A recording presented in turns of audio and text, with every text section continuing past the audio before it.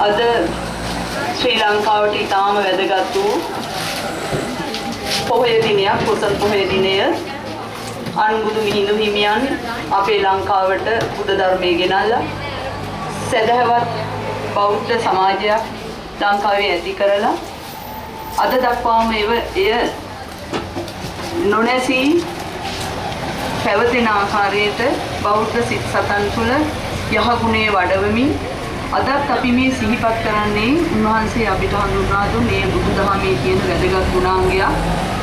ඇත්තෙන්ම හේමමාලි බාලිකා විදුහලේ තොරතුරු තාක්ෂණ ඒකකය මුල් වෙලා තොරතුරු තාක්ෂණ ඒකකය බිහිවන එම ඒකකයේ බාරව කටයුතු කරන දෙස්ලි කුමාරී මාතා රජරා කුමාරී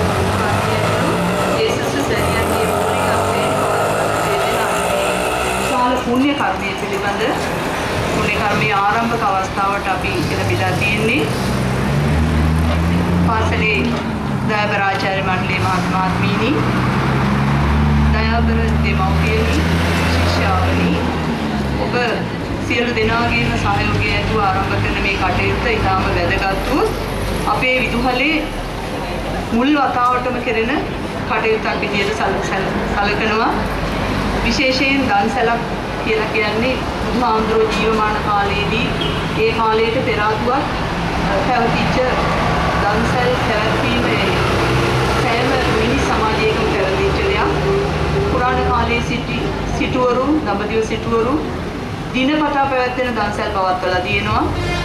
මුළු දිනේ පුරාම තුගී මගී යාචක කියන කණ්ඩායම් උදෙසා මේ දන්සැල් පවත්වන්නේ. අපි මේ තුන්ගොල්ලම එකතු කරලා තමයි මේ දාන ශාලාව පවත්වන්නේ. දුකී කියලා කියන්නේ නැති බැරි පිරිස.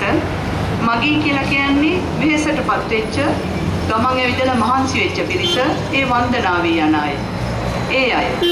යාචක කියලා කියන්නේ යමක් ඉල්ලාගෙන ඉන පිරිස. මේ අපි සියලුම දෙනා මේ කොටස් තුනේ කොයි එකකට හරි අයිති වෙනවා.